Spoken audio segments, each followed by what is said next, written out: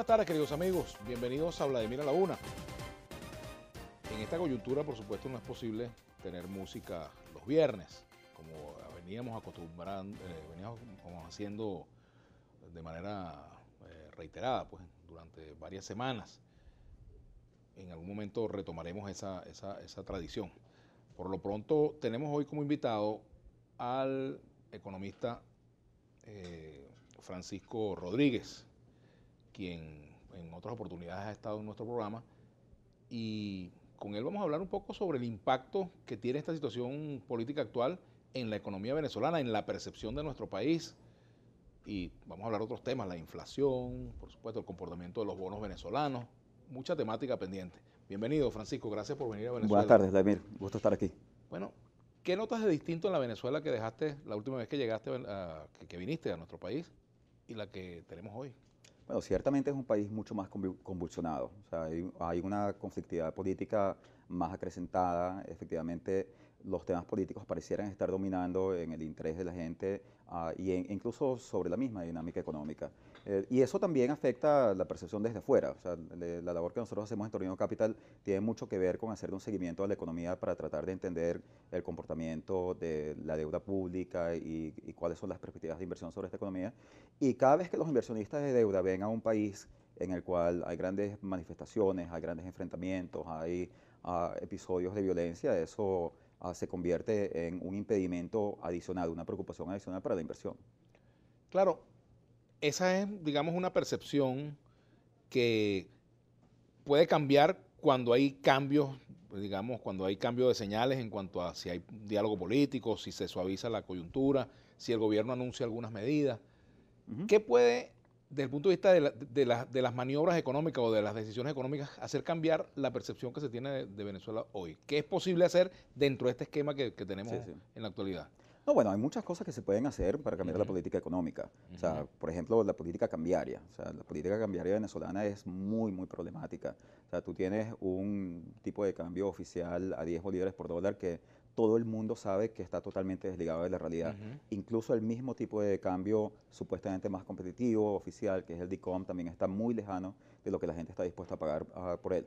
Y eso te establece una serie de distorsiones en la economía. O sea, la gente está dispuesta a comprar y obtener y quiere esos dólares baratos para poder revenderlos. Se generan grandes focos de arbitraje, de corrupción. Eso es el primer punto, yo creo que hay que cambiar y creo que si se cambiase la política cambiaria, con modificaciones en la política cambiaria, se podría afectar significativamente la dinámica económica. O sea, por ejemplo, el tema de la inversión internacional. O sea, hay muchas cosas que limitan la inversión internacional, pero ciertamente el control de cambios, o sea, el hecho de que si alguien trae dinero a Venezuela no lo puede sacar, es una limitante enorme. ¿Hay gradualidad o puede haber gradualidad, Francisco, en la modificación del esquema cambiario? ¿O tiene que ser un cambio drástico? ¿Cómo lo manejarías tú si tuvieras que tomar la decisión? Mira, yo creo que esta es una política cambiaria que está muy, muy desfasada. Y aquí hay algo muy importante, que es que la gradualidad tiene que ver con aminorar los efectos sobre la población de algunos de estos cambios, pero esos efectos sobre la población muchas veces tienen que ver con el mismo ajuste que se da cuando un país tiene menos dinero para traer bienes externos. Claro. Exacto, que es el recorte de importaciones. Pero como el recorte de importaciones ya se dio aquí en Venezuela, porque las importaciones han caído muchísimo, aquí en Venezuela el problema que hay es un problema distinto, es un problema de resolver los precios relativos de esas importaciones. Aquí lo importante es que en el momento en que se aplica una de estas políticas exista un programa de compensación social, un programa de transferencias directas, de subsidios directos, que permitan eliminar lo que es ese gran subsidio indirecto, pero muy ineficiente, a través de los controles de precios y del control cambiario. O sea que yo creo que si se tiene en pie una política compensatoria, los cambios en la política cambiaria se pueden hacer bastante rápido. Y es mejor que se hagan rápido, porque si tú los tratas de hacer lentamente, bueno, o sea, le pasa un poco en cierto sentido lo que le ha pasado al gobierno, que es que la misma rapidez de los cambios necesarios, ellos se van quedando rezagados, los ajustes. Entonces, bueno, fíjate, hace un año nosotros habríamos dicho, un tipo de cambio de 700 y pico debería ser suficiente, pero ahorita ya necesitarías un tipo de cambio de 1700, de 2000, entonces el de 700 ya no es suficiente. Eso es como que tú estés en un carro tratando de subir una colina y tú digas, bueno, ok, yo voy a hacerlo lento, voy a hacerlo gradualmente y voy a comenzar a bombear el acelerador. Bueno, pero si tú no tienes freno de mano, cuidado, te terminas cayendo. Claro, por supuesto. O el diabético que se tiene que tomar la medida de amputar una uña, por ejemplo, cortar un pie, o un dedo y de repente tienes que cortar la pierna por no tomar la decisión a tiempo. Así es, ¿no? así Ese es. es el tema con la economía, ¿no? Correcto. ¿Qué pesa en tu percepción hoy más en el venezolano? El descontento del venezolano que está protestando, pues. ¿El descontento por la situación económica o el descontento político? ¿O son una mezcla? Mira, el venezolano que está protestando probablemente hay una predominancia del sentimiento político, pero el venezolano que está protestando es una parte de los venezolanos. Incluso en las estimaciones que se han hecho, digamos que han encontrado grandes números en las manifestaciones de oposición, incluso si podemos hablar de números de 2 millones, 3 millones de personas, de todos modos eso es un 15% de la población y no estoy tratando de disminuir la importancia, es una importancia muy significativa, pero esa es una gente que tiene una aproximación al tema del cambio que quieren generar en el país un poco distinto de lo que puede ser el otro 85%, que de repente no necesariamente se siente tan motivado a salir, pero sí se sienten mucho más preocupados por los temas económicos. Lo que nosotros vemos es una dinámica muy, muy clara a lo largo del tiempo, no solo en Venezuela, sino en otros países, donde la aprobación gubernamental tiene mucho que ver con el desempeño de la economía. Tú mismo, de hecho, recuerdas, por ejemplo, aquella época del 2002-2003, la economía estaba muy mal, o sea, la época del presidente Chávez, y su percepción era muy mala. De hecho, estaba como por el orden del 30%, exacto, 28, similar a la que tiene el presidente Maduro ahora.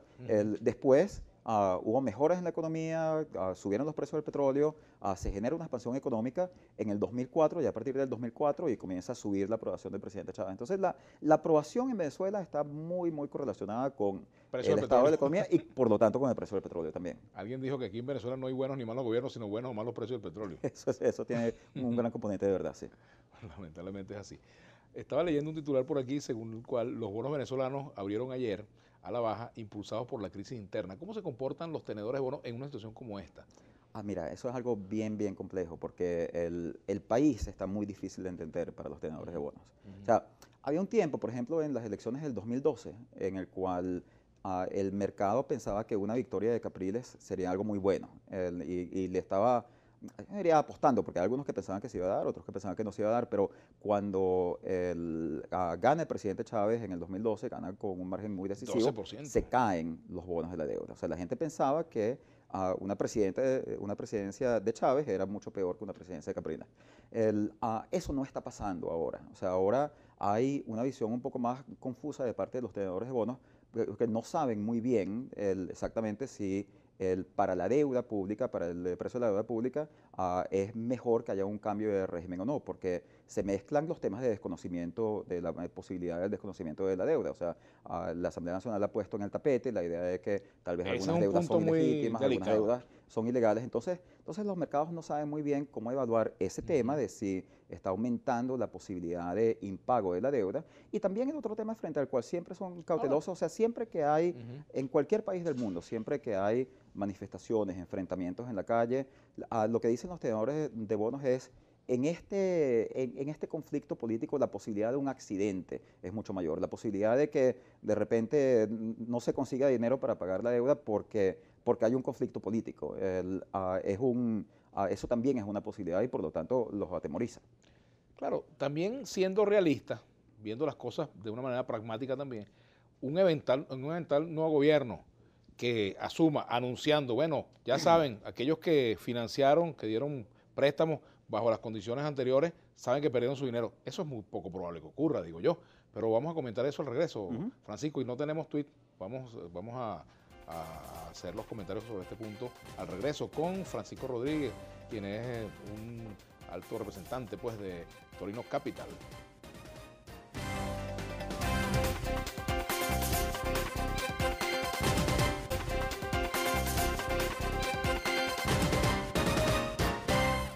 Bueno, y continuamos conversando con Francisco Rodríguez.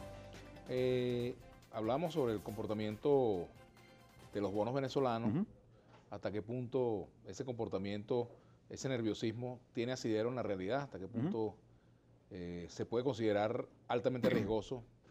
Sí, mira, eso es algo muy interesante porque los bonos venezolanos tienen un rendimiento muy alto, o sea, pagan mucho. Eso lo que quiere decir es que si usted invierte en esos bonos, puede ganar 30, 40, 50% anual, que es un rendimiento que en dólares es muy difícil de conseguir. Ahora, eso tiene que ver con una percepción de que el país puede no pagar. Y esa percepción, los mercados de crédito en general en los últimos años le han estado dando una probabilidad muy alta al default. De hecho, si tú ves en los últimos 5 años, los mercados de crédito están asignando una probabilidad de default de 97,7%. O sea que el que compró bonos estaba apostando a que ocurriese algo que el mercado le estaba diciendo que tenía una probabilidad solo del 2,2%. Pero sin embargo, ese evento se dio y por eso fue que ganaron mucho dinero. Y ahí es que está el trabajo y el tipo de servicios que nosotros damos, que es el servicio de hacer investigación económica para tratar de entender cuál es la capacidad de pago del país, cuál es la voluntad de pago de las autoridades, cuáles son las posibilidades de un default. Y eso es lo que le puede dar valor a los inversionistas, que nosotros le digamos, como le hemos dicho en el pasado, miren, aquí el mercado está sobreestimando la probabilidad de default y por lo tanto esta es una inversión que en nuestra opinión es una inversión que tiene Ahora, sentido. este es un gobierno que ha querido pagar y ha podido pagar, Eso es correcto. independientemente de a costa de qué, Es más allá correcto. de eso. Sí, sí. Pero puede llegar un momento que siga siendo un gobierno que quiere pagar y no pueda pagar. Bueno, eso siempre puede pasar, o sea, tú tienes que ver las dos dimensiones, la voluntad de pago, el querer pagar y la capacidad, o sea, a veces te puedes quedar sin dinero. Pero lo que es interesante es que lo que nosotros estamos viendo ahora es que esa voluntad de pago también tiene que ver con la voluntad de tomar una decisión que es una decisión costosa, que es la decisión de recorte de importaciones. Las Bueno, ya importaciones las en ha Venezuela, tomado. Se han sí, recortado, no sé en qué porcentaje, correcto, pero mucho. correcto. Sí, sí, más o menos nosotros en enero y febrero estamos viendo unas importaciones que han caído alrededor de un 75%, podría llegar a un 80% del nivel en que estaban en el 2012. Entonces, ese mismo recorte de importaciones, que es como lo que sería para una familia simplemente recortar gastos, te construye la capacidad de pago que tú necesitas para poder seguir pagando. Entonces, la voluntad que se expresa en recortar importaciones te construye capacidad. Y ahorita, en este momento, lo que nosotros estamos viendo es que, dados los niveles bajos de importaciones, que por supuesto tienen un costo significativo, un costo social significativo, el Estado, el gobierno, tiene capacidad para seguir pagando este año, el año que viene. Aquí lo difícil, en cierto sentido, no es conseguir dinero para pagar la deuda, es llevar las importaciones al nivel al que se han tenido que llevar para construir esa capacidad de pago. Esa decisión de importaciones, y esa decisión también es muy controversial, porque hay gente que dice, bueno, pero entonces estás recortando importaciones para pagar de la deuda, pero si aquí, o sea, aquí si no le pagases a los tenedores de bonos, entonces podrías tener más alimentos, podrías tener más bienes en los anaqueles, pero también es una decisión un poco compleja, porque si tú haces default sobre la deuda pública, si tú entras en una cesación de pagos, entonces los tenedores de bonos que tienen una creencia que es una creencia que se hace en base a leyes internacionales, ley de Nueva York, pueden ir a una corte de Nueva York y decirle, bueno, mira, aquí este país no me pagó, este país tiene activos, tiene refinerías en Estados Unidos, tiene Citgo, este país vende petróleo a Estados Unidos y pueden lograr incautar algunos de los pagos del país. Entonces podría ser que si el país hace default, más bien PDVSA se tranca la capacidad de PDVSA de generar ingresos y por lo tanto el país no tiene más dinero para importar, tiene incluso menos dinero para importar porque estaría generando menos ingresos. En todo caso, el default no está en el panorama inmediato. Mira, en el radar inmediato de ustedes. En nuestra evaluación, el gobierno en este momento ha decidido no defaultear, el gobierno no está de acuerdo con el default y el gobierno tiene una voluntad de pago muy alta. O sea, esa voluntad de pago justamente es el no defaultear. Hay una discusión entre otros sectores, entre otros economistas. Hay algunos economistas que sí dicen que se debería ir a lo que se llama una reestructuración forzada, que es un tipo de default. Y bueno, ese planteamiento se ha hecho, ese planteamiento está en Una discusión. reestructuración por forzada en español concreto es, te Es puedo como pagar hasta aquí. Sí, Algo por a lo ejemplo, Alan García, te puedo pagar en el una época, 10%. exactamente. En una época se planteó eso, que es el tema de la moratoria, ¿no? Pero sí hay algo muy importante, que es que hay algunos países que lo han hecho, bueno, a Alan García le fue muy mal cuando hizo eso. Y de hecho, o sea, lo que ha pasado en Perú, lo que pasó en Perú en esa época fue la segunda contracción económica más Quizás no fuerte le fue de muy América mal a él, Latina. le fue mal a los peruanos. Sí, exactamente. Porque después él volvió a ser presidente, fíjate. Pero también hay una diferencia, o sea, hay países que van a reestructuraciones forzadas que pueden ser exitosas, o sea, Ucrania ha hecho una reestructuración forzada y, digamos, o sea, se puede argumentar que le dio bien, pero hay una diferencia muy crucial con un país donde el Estado es exportador. O sea, si Argentina hace un default, los tenedores de bonos no pueden tratar de incautar las exportaciones argentinas porque las exportaciones argentinas son del sector privado y tú no puedes quitarle algo al sector privado para cobrarte una deuda del gobierno. pero en el caso de Venezuela sí le puedes quitar algo a PDVSA para cobrarte una deuda del gobierno. Eso hace mucho más difícil para Venezuela, mucho más costoso entrar en una cesación de pagos. La política. ¿Cómo impacta la política, por ejemplo, lo que nos está pasando, en la voluntad de quienes nos financian? Por ejemplo, alguien puede decir, bueno, mira, mientras no se resuelva el conflicto político venezolano, yo no voy a meter dinero allí, más que porque tenga temor de no recuperarlo, sino porque creo que el gobierno no está actuando correctamente. Por ejemplo, ¿pesa el análisis político, el corazón político del inversionista en esto o no? ¿O es un corazón frío que no tiene pasiones? Bueno, hay distintos tipos de inversionistas. O sea, yo sí Ujú, creo que hay algunos inversionistas que dicen, y de hecho eso ha sido parte de la exhortación que ha hecho, por ejemplo, el presidente de la Asamblea Nacional, Julio Borges, ujú, ha estado enviándole cartas a bancos internacionales, como por ejemplo a Deutsche Bank, diciendo, mira, nosotros consideramos que este gobierno es una dictadura y que no se le debe prestar una dictadura. Y en entidades como Deutsche Bank, en muchas entidades internacionales y en bancos grandes, estos criterios sí tienen entrada porque son empresas que tienen una serie de principios de responsabilidad social, o sea, no necesariamente invierten en todo. Entonces, ellos tienen que comenzar a hacer una evaluación de efectivamente, cuando ellos reciben una carta de eso, determinar si ese argumento de que Venezuela es una dictadura y no se le debe prestar es un argumento válido. Y hay toda una literatura, todo un espacio en el terreno jurídico de lo que se llaman deudas odiosas, que son las ujú. deudas para financiar a regímenes autoritarios, a regímenes dictatoriales. Hay la figura de, por ejemplo, qué es lo que ocurre con las deudas que se contraen si el dinero se utiliza directamente en tratar de reprimir los derechos Ujú. democráticos. Entonces, sí hay esa preocupación, es una preocupación que existe en ciertos sectores, en ciertos inversionistas, y que la oposición efectivamente está tratando de llegarle a esos sectores y decirles, miren, este es un gobierno al que ustedes no le deberían prestar. Hay otros grupos de inversión que tienen una aproximación distinta, que en el fondo dicen, mira, nuestra responsabilidad está con nuestros inversionistas, con nuestros clientes, y nosotros tenemos que conseguirles el mejor retorno que se pueda conseguir con tal que sea legal de acuerdo con las leyes de las jurisdicciones donde se emiten esos bonos. La salida de Venezuela de la OEA, esa decisión que por supuesto no se ejecuta inmediatamente, tiene todo un protocolo de salida, ¿cómo impacta en la visión que tienen los inversionistas sobre Venezuela? Sí, puede afectarla. O sea, yo creo que lo que ha ocurrido es que Venezuela a lo largo de los últimos años ha participado, ha comenzado a participar menos de estas instancias, comienza a sentirse algún aislamiento, las mismas sanciones de Estados Unidos contra ciertos funcionarios del gobierno. Todo eso te comienza a generar la percepción de, bueno, de repente Venezuela va a ser un país mucho más aislado que lo que era Aislacionismo, antes, ¿no? exactamente.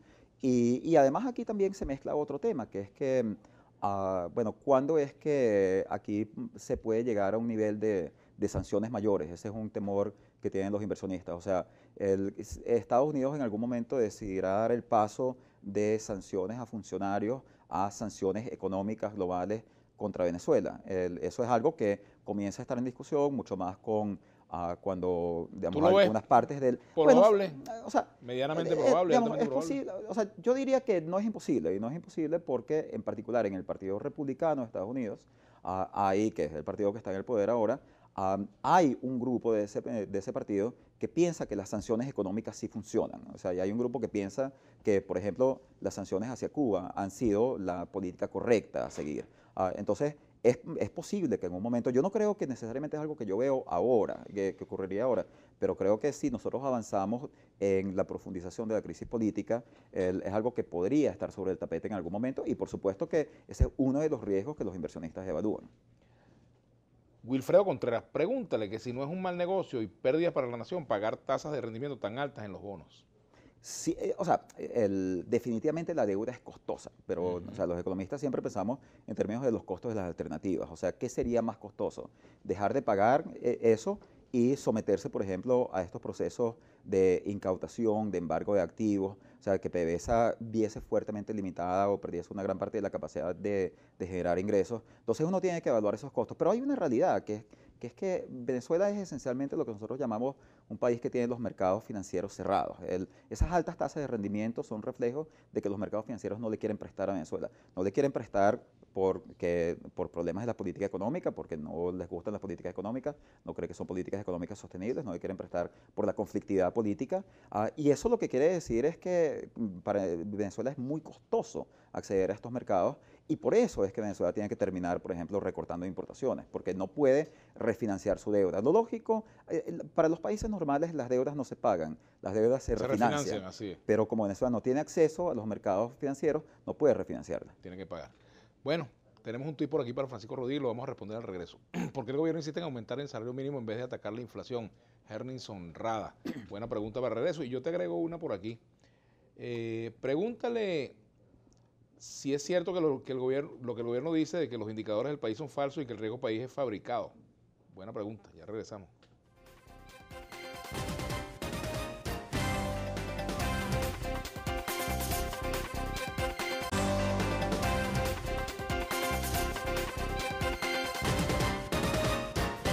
Bueno, continuamos acá en Vladimir Laguna con Francisco Rodríguez. Por aquí alguien planteaba el tema del aumento de salario mínimo, que es lo correcto.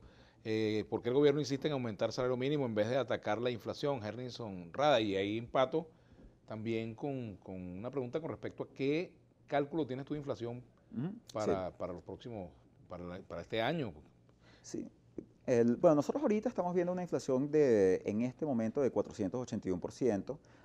Hay que aclarar que hay distintas metodologías para calcular la inflación y hay una decisión que tomó el Banco Central de Venezuela en el 2014 que fue cambiar las ponderaciones del índice. Entonces, los números que nosotros calculamos son con las ponderaciones oficiales. Hay otra metodología que es la de utilizar las ponderaciones viejas. Eso te puede dar un índice mayor, un índice que está por encima de 700%. Ahora, nosotros sí creemos que hacia final de año se va a comenzar a dar una desaceleración de la inflación, porque la inflación está muy íntimamente ligada al La gasto capacidad de público. consumo. Sí, sí, y la capacidad de consumo tiene que ver con el gasto público. Y lo que nosotros hemos visto a lo largo del último año es que el gasto público en Se ha términos contraído. reales ha caído muy fuertemente. O sea, el gasto nominal del gobierno central ha aumentado en un 151%. Tú puedes decir, eso es alto, pero si tienes inflación que está por encima de 400%, entonces en realidad como tamaño de la economía está cayendo y eso te controla el déficit fiscal y la necesidad de imprimir dinero para cubrirlo. Entonces eso te limita el fenómeno inflacionario. Con respecto al tema del aumento salarial, mira, o sea, los aumentos salariales son una política que por supuesto que tiene sentido para poder paliar y contrarrestar los efectos de la inflación, pero también es cierto, como dice la persona que escribió ese tuit, que tú tienes que tener una política, o sea, yo no creo que son contradictorias, yo creo que se deben mantener, pero tú tienes que tener una política antiinflacionaria de base. Y todo eso se trata de tener una política y una estrategia de estabilización macroeconómica, que es lo que en Venezuela todavía no se ha podido implementar de una forma adecuada, y por eso tenemos un decrecimiento muy fuerte de la economía y tenemos una inflación que continúa acelerándose. Pronosticaba o prevía para el año que viene José González, amigo común, economista que yo también lo entrevisté en estos días, un 2000% de inflación para el año que viene, para el año 2018. ¿Eso es probable? Yo no creo, o sea, eso, bueno, mira, primero, hacer escenarios económicos es muy difícil porque en Venezuela ni siquiera sabemos muy bien dónde estamos en términos de datos. O sea, los números de los que yo te hablé son nuestras estimaciones basadas sobre modelos de inflación que nosotros tenemos porque no tenemos datos oficiales del Banco Central, ¿no? Entonces eso es como que tú me digas, mira, que hay alguien que dice que este carro se va a caer por el precipicio, alguien que dice que no, pero nosotros estamos manejando el carro y hay una neblina total. Entonces en realidad lo que pasa es que es muy difícil saber si el precipicio está ahí o no está ahí. Hay personas que piensan, y es una visión, que Venezuela está en un proceso hiperinflacionario que se está acelerando. Y la hiperinflación sí tiene esa naturaleza, en la que se va acelerando cada vez más rápido. Y de hecho te puede saltar, o sea, primero toma tiempo llegar de 30 a 100 y de 100 a 500, pero después saltas a 2000, puedes saltar a 50.000, a números muy altos. En mi opinión, lo que ha ocurrido con el gasto público, la caída tan fuerte que ha habido del gasto público, limita esa aceleración inflacionaria. Entonces yo sí creo que la inflación se va a mantener en rangos como los actuales, posiblemente incluso con una pequeña desaceleración, pero lo que sí es que ocurre dentro de un contexto de una economía cuyo crecimiento todavía está muy limitado. Y de hecho nosotros recientemente revisamos nuestro pronóstico de crecimiento hacia abajo. En algún momento pensábamos que la economía podía crecer este año, pero después de haber observado las fuertes contracciones que han habido en importaciones y la contracción continuada de gasto público, ahora tenemos un escenario de crecimiento negativo para Ahora, este un año. trabajador puede pedir algo distinto a un aumento salarial, por ejemplo, o los sindicatos, porque este es un reto que tienen los sindicatos también. Van a negociar contratos colectivos o van a pedir aumentos. Caramba, en una economía inflacionaria, pedir un aumento de salario termina siendo a lo mejor inútil, ¿no? Bueno, pero si no lo pides es peor. Claro, o sea, O sea, ¿qué medidas, tienes que o sea, tenerlo. qué medidas distintas se pueden pedir, por ejemplo? Yo sé que tú no Bueno, No de dirigente sindical, pero pensando en voz sí, alta, sí. ¿no? O A sea, propósito del 1 de aquí mayo. cuando se comienza a acelerar la inflación así, lo que los dirigentes sindicales, los sindicatos a veces se pueden mover no solo a la exigencia de ajustes retroactivos, sino hacia una política de indexación. O sea, por ejemplo, decir, bueno, mira, a partir de Escalamos el de ahora, salario, por ejemplo. exacto, a partir de ahora, ahora, si nosotros tuviésemos una publicación, digamos, más rigurosa de estadísticas, entonces se podría decir, bueno, los aumentos salariales tienen que estar ligados al índice de precio del consumidor. Ahora, ¿qué No índice de existe, precio del no tenemos un consumidor no sistema de se precios. publica? Y ahí es donde se te puede comenzar a generar un proceso de dolarización de facto. O sea, no porque el gobierno decida adoptarla, sino porque en algún momento se dice, bueno, que aquí la única medida de valor que existe es el dólar. O sea, Claro. si no hay un índice de precio del consumidor publicado por el Banco Central para poder indexar los salarios, entonces de repente lo indexamos al precio del dólar y eso, pues, y además, en un caso en el que no hay un precio establecido de la divisa, entonces las cosas se comienzan a indexar al dólar paralelo. Eso es un fenómeno bien riesgoso, bastante riesgoso. Carlos C. Buenas tardes. Recomendaría comprar más deuda venezolana a pesar de la alta probabilidad de impago. Gracias y saludos. Bueno, ya tú has comentado esto, ¿no? Ujú. Sí, sí, sí, sí, sí, sí. Mira, efectivamente digamos, la posición que nosotros tenemos en Torino Capital es una posición donde nosotros proveemos análisis económico y ese análisis económico ayuda a que la gente tome sus decisiones de inversión. Yo no puedo asesorar a una persona en una decisión específica por Twitter, o sea, eso digamos es como que como pedir un diagnóstico a un médico por Así televisión por también, por Twitter. Twitter, no lo haría, o sea, cada persona tiene su perfil de riesgo, cada persona tiene las razones para tomar ciertas Hasta decisiones o leerle no. la carta por Twitter, eso no se puede hacer. Sí, sí, sí, sí, sí, sí, sí. Pero bueno, lo que sí es cierto es que en la medida en la que el país mantenga ese compromiso, esa voluntad de pago y se mantenga un nivel de capacidad que sea un nivel de capacidad decente que nosotros creemos que se mantiene, entonces esta es una estrategia de invertir en estos bonos que va a dar buenos retornos que compensan adecuadamente el riesgo que existe. Vamos a irnos con una pregunta. MB, Alexis Chirino 75, arroba Alexis Chirino 75. ¿Qué posibilidad hay de que el nuevo cono monetario también sea sacado del país, como pasó con el billete de 100 bolívares? Gracias. Vamos a la pausa y ya vamos a contestar esa pregunta, Francisco. Ya venimos.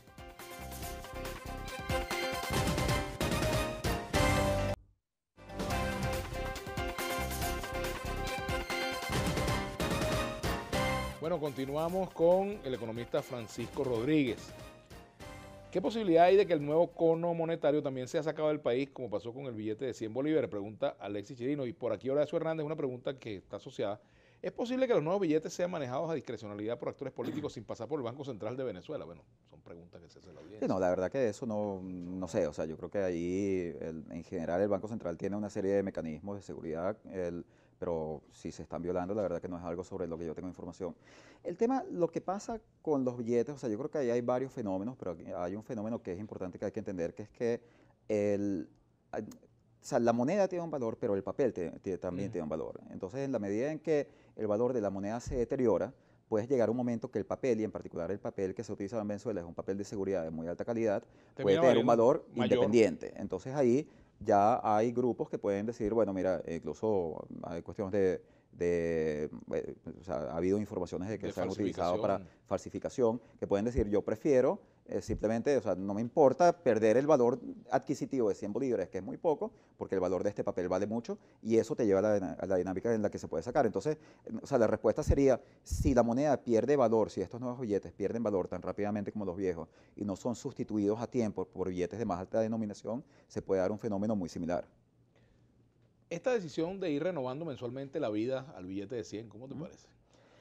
Bueno, yo creo que es un reconocimiento de que lo que se trató de hacer en diciembre fue algo apresurado. O sea, yo creo que la idea de tratar de sustituir, o sea, cuando estamos hablando en ese momento, los billetes de 100 eran más o menos el 60% del valor de todo el efectivo en circulación. Tratar de sustituir eso en 3 días, como se hizo a mediados de diciembre, es algo que Venezuela no tenía la capacidad operativa para hacerlo.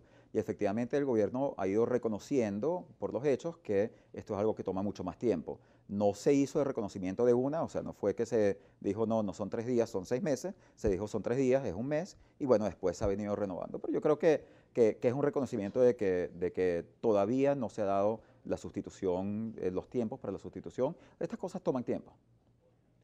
José Amundaray, si el precio del dólar debería estar entre 1.700 y 2.000 bolívares, ¿en cuánto debería estar el salario básico? Sí, bueno, esa es una buena pregunta y eso tiene mucho que ver con todo el tema de las políticas macroeconómicas, porque yo creo que Venezuela es un país que más o menos cuando tú ves lo que es su nivel de productividad, lo que es su nivel de ingresos, lo lógico es que Venezuela tuviese un salario mínimo que estuviese alrededor de $200 o $300 al mes. Eso es lo normal e incluso eso es lo que ha sido históricamente.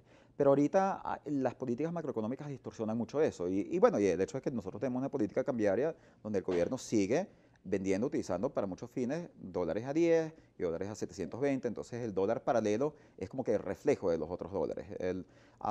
Sí, en mi opinión, si tú tuvieses un proceso de irte hacia un sistema cambiario más ordenado, con convertibilidad, donde se pudiese a un cierto tipo de cambio establecido por el mercado traer y sacar dinero, entonces tú deberías tener una normalización de muchos precios relativos en la economía y uno de los precios relativos fundamentales es el salario. Entonces el salario debería converger probablemente alrededor de 200, $300. Pero esa es una de las razones por las cuales creo que es muy importante ir hacia el levantamiento del control cambiario, porque mientras se mantenga el control cambiario, el control cambiario esencialmente lo que está haciendo ahora es que está restringiendo, hay gente que piensa que restringe la salida de divisas, pero yo creo que más bien restringe la entrada, porque nadie quiere traer dinero a Venezuela porque no se lo puede sacar. En el momento que tú cambies eso y se comience a normalizar eso, los precios van a converger y el salario va a converger.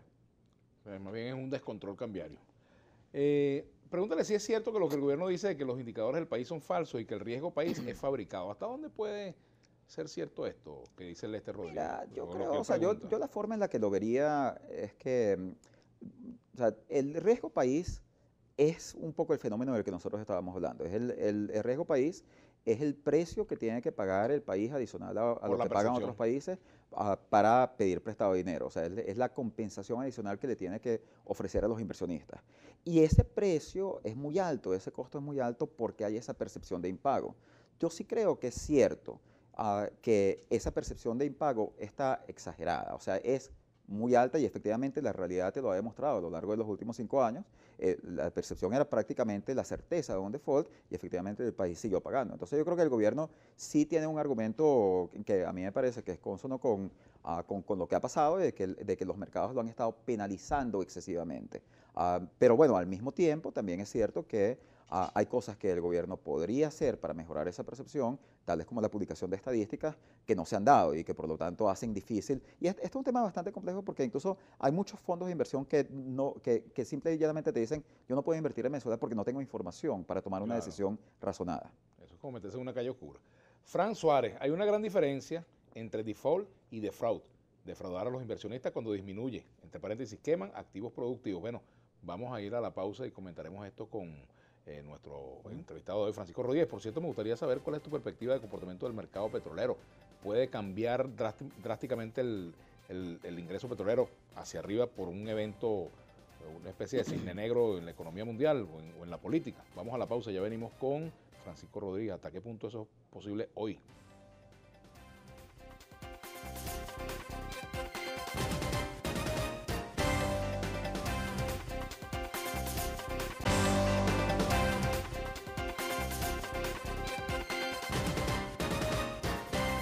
Bueno, continuamos acá en Le Mira la Una. Mi sobrino Gabriel Pisani está de cumpleaños hoy. Gabriel Pisani Villegas, lo felicito, un abrazo. Aquí dejamos un planteamiento de Fran Suárez. Hay gran diferencia entre default y defraud. Defraudar a los inversionistas cuando disminuyen, entre paréntesis, queman activos productivos. Sí, sí, sí. Bueno, fíjate, o sea, yo creo que hay varios elementos. Son dos conceptos distintos, pero lo que es cierto es que si tú pagas a costa de disminuir activos, hay un momento en que te puedes quedar sin activos, ¿no? Entonces, yo más que defraudar, yo diría que lo que pasa es que eso es insostenible. O sea, entonces, lo que te puede estar pasando es que tú estés beneficiando a los tenedores de bonos a lo que le estás pagando hoy, a costa de aquellos mañana, que son como los que se quedan de últimos en la cola, ¿no? Y bueno, eso podríamos llamarlo defraudar o no. Usualmente ese no es el lenguaje que se utilizaría, pero sí es una política insostenible, es una política problemática. Dicho eso, en este momento, y en particular este año, ya no se están quemando tantos activos. O sea, si tú te pones a ver, por ejemplo, el último pago de deuda que se hizo en abril, las reservas internacionales más o menos se mantuvieron estables. O sea, no fue que se dijo, bueno, vamos a agarrar 2.000 millones de dólares de las reservas para pagar. O sea, efectivamente, PDVSA, a través de su fuente de financiamiento y a través también de otro fenómeno que hablábamos, de que es el recorte de importaciones, construyó la capacidad de pago y si eso sigue siendo así, entonces yo creo que nosotros podríamos ver que el país continúa pagando por bastante tiempo, porque la capacidad de pago se construye en base a la limitación de los gastos, en este caso las importaciones. Se pueden entrar en otras consideraciones sobre si eso es sostenible desde el punto de vista político, incluso si es ético, de lo que nosotros hablamos antes, pero ya creo que sería más difícil hablar de ese concepto de que y de lo que la persona que hizo esa pregunta tenía en la mente, de que se está defraudando a algunos inversionistas. Sí. William Flores, por aquí. Buenas tardes, Vladimir. Mira, que le hagas un llamado al ministro Torrialba, a Francisco Torrialba, al ministro del Trabajo, sobre los trabajadores de Corporación Casa, que creo que han sido despedidos, entiendo, no sé, por lo que dicen acá. Otro comentario. Pregunta por aquí, Juntos por el Cambio, Steven González, ¿sería posible una dolarización del país? Un tema recurrente. Mucha gente pregunta sobre esta materia que ya tú has opinado, ¿no? O sea, sí, fíjate, a mí no me gusta la dolarización. Yo creo que es una institución muy problemática para un país como Venezuela, porque como Venezuela es un país petrolero, cuando varían los precios del petróleo tú necesitas ajustar el tipo de cambio. El problema, en cierto sentido, es que no se ha hecho, y eso ha generado gran parte de los problemas económicos que nosotros tenemos. Ahora, dicho eso, lo que ha terminado pasando en algunos países que tienen crisis económicas muy fuertes, tales como el caso de Ecuador, es que a veces la dolarización termina siendo la única salida. Y eso pasó en Ecuador y yo creo que ahora los limita, pero ese puede ser un desenlace. Es muy difícil desdolarizar una economía, Francisco. Extremadamente difícil, porque imagínate, ya cuando la gente tiene dólares en sus depósitos, ¿sabes lo difícil que es quitárselos? Eso sí es verdad, es verdad. Marcos Guzmán hace una pregunta bien curiosa. ¿La economía tumba gobierno o adelanta elecciones? Mira, en general es difícil para los gobiernos mantenerse en el poder con una economía que está en muy malas condiciones. O sea, eso es un hecho. Los gobiernos, o sea, es muy difícil para un gobierno ganar elecciones. Ya cuando estamos entrando en la endogeneidad de las elecciones y si se llegan a adelantar, ya estamos entrando en otro terreno, porque es un terreno de una institucionalidad un poco más flexible. Pero lo que sí es cierto es que cuando tú tienes fenómenos hiperinflacionarios, tienes fenómenos de contracción acentuada de la economía, en general es muy difícil para un gobierno ganar elecciones. Y yo creo que eso fue lo que nosotros vimos muy claramente, incluso en las mismas elecciones parlamentarias del 2015. Hablando en términos amorosos, ¿el gobierno tiene capacidad de recuperar el amor perdido con una política económica adecuada al corto plazo, de aquí a unas elecciones, por ejemplo? Mira, bueno, también esa es una pregunta mucho más para un analista político. O sea, yo lo que te puedo decir es que yo creo que el gobierno sí tiene la capacidad de recuperar la economía. Posiblemente no de recuperar todo lo que se ha perdido en los últimos años, porque ha habido una caída muy fuerte del Producto Interno Bruto. Pero yo sí creo que con las medidas adecuadas tú podrías cambiar la dirección de la economía. Y la dirección también es bastante importante. O sea, lo que sí hay es un fenómeno electoral donde la gente le presta mucha atención a la dirección en la que van las cosas. O sea, que si la economía, incluso habiendo caído mucho, comenzase a recuperarse, eso sí que podría tener una dinámica, afectar significativamente a la dinámica política. Un tuit casi que para despedirnos. Venezuela es una potencia económica, como dice el gobierno. Axel Ocaña. Yo no creo que el gobierno dice que es una potencia económica, yo creo que el gobierno dice que quiere ser una potencia económica y que ellos están haciendo políticas para tratar de convertirla en una potencia. Yo creo que ese objetivo, que es un objetivo que por supuesto sería deseable, va a ser extremadamente difícil de lograr a menos que se tomen los correctivos de política macroeconómica que no se han hecho.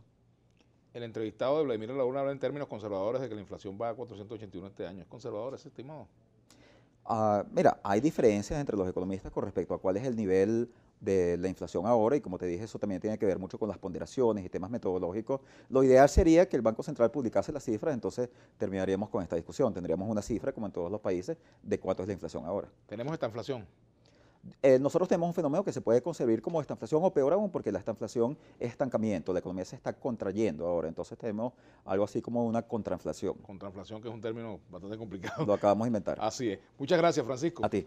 Francisco Rodríguez. Bueno, ustedes, queridos amigos, los invitamos para que sigan con Brújula Internacional y el lunes 1 de mayo es el Día del Trabajador.